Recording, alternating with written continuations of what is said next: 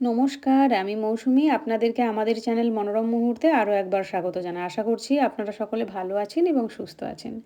India ছেড়ে জার্মানিতে এসেছি প্রায় ১.৫ বছর হয়ে গেল। বাড়ি যেতে, যেতে মনে হচ্ছে ২ বছর হয়েই যাবে বা ক্রসও করে যেতে পারে। ১ম সবকিছুই এখানে খুবই অচেনা লাগতো। পরিবার, বন্ধু, নিজের শহর সবকিছুর জন্যই না ভীষণ মন খারাপ হতো। কিন্তু সময়ের সঙ্গে, সঙ্গে বুঝেছি নতুন একটা দেশকে আপন করে নিতে হলে একটু ধৈর্য তো লাগবেই, তাই না?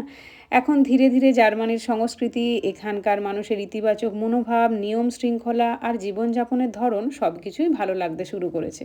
আমার হাসব্যান্ড অবশ্য এখানে ৭ বছর ধরে রয়েছে, তাই ওর কাছে সবকিছুই অনেকটাই পরিচিত। আর ওর সঙ্গে থাকতে, থাকতে আমিও এই দেশের অনেক কিছুই ভালোবাসতে শিখেছি। আজকে যে জায়গাটায় আমরা এসেছিলাম সেটা হচ্ছে আলিসেনবার্নেন। এখানে আলাদা করে তো ঘোরার কোনো পরিকল্পনা ছিল না। আসলে জার্মানি তো বটেই, পুরো ইউরোপটাই যেন ভ্রমণ প্রেমীদের জন্য এক বিশাল স্বর্গ। নতুন, নতুন শহর, নতুন, নতুন জায়গা ঘোরার যেন শেষই নেই। আর আমার এলাকাটা তো ভীষণই সুন্দর। মাঝে, মাঝে সেইজন্য আমার এলাকার চারপাশে যে ভালো, ভালো জায়গাগুলো রয়েছে আমরা দুজনে মিলে চলে যাই। কোলোন আছে, অ্যালিসেনবার্নেন তো রয়েইছে, মনচাও রয়েছে। বিভিন্ন জায়গা আমরা মাঝে মধ্যেই ঘুরে আসি। তো কিছুই নয়, একটু হাঁটাহাঁটি, আইসক্রিম খাওয়া, কিছু সুন্দর মুহূর্ত একসাথে কাটানো। কখনো, কখনো এমন ছোট, ছোট সময়গুলোই তো সবচেয়ে বেশি আনন্দ দিয়ে যায়, তাই না? তো বাড়ি ফিরে এসেই দেখতেই পাচ্ছেন ইলিশ মাছটাকে আগেই ও কেটে দিয়েছে। তারপর আমি এদিক দিয়ে ঝিঙে পোস্ত করছিলাম। ঝিঙে পোস্ত তো আমার মনে হয় বাঁকুড়ার প্রতিটা মানুষেরই ভীষণই ফেভারিট। আর এদিকে বানাচ্ছিলাম আলু পোস্ত।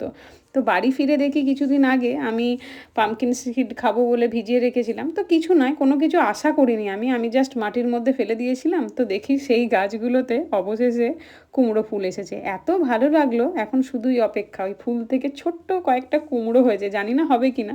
নিজের হাতে লাগানো গাছে নতুন প্রাণের আভাস দেখার আনন্দটা সত্যিই অন্যরকম। কিন্তু আজকে তো ফুলগুলো তুলে নিতে হবে, না হলে তো ফুলগুলো নষ্ট হয়ে যাবে। তো সেই জন্য আমি ফুলগুলো তুলে নিয়ে যেরকম হয় আর কি কুমড়ো ফুলের বড়া, সেরকম কুমড়ো ফুলের বড়া আমি বানিয়ে নিয়েছিলাম। তারপর দুজনে মিলে খাওয়া দাওয়াও করে নিয়েছিলাম।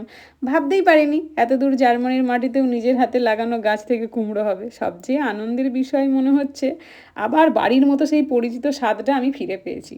তারপর দুজনে মিলে বাড়ির সামনেটায় হাঁটতে বেরিয়েছিলাম। দেখুন রাস্তার ধারে কীরকম বেরি হয়ে থাকে। এখানে সমস্ত রকম বেরি, আপেল প্রচুর হয়ে থাকে, বিশ্বাস করুন। যাক, আপনাদের ব্লগটা কেমন লাগলো অবশ্যই জানাবেন। যদি ভালো লেগে থাকে তাহলে লাইক, শেয়ার, কমেন্ট করবেন। আপনারা প্রত্যেকে ভালো থাকবেন, সুস্থ থাকবেন। দেখা হচ্ছে খুব তাড়াতাড়ি পরের আরেকটি ব্লগে।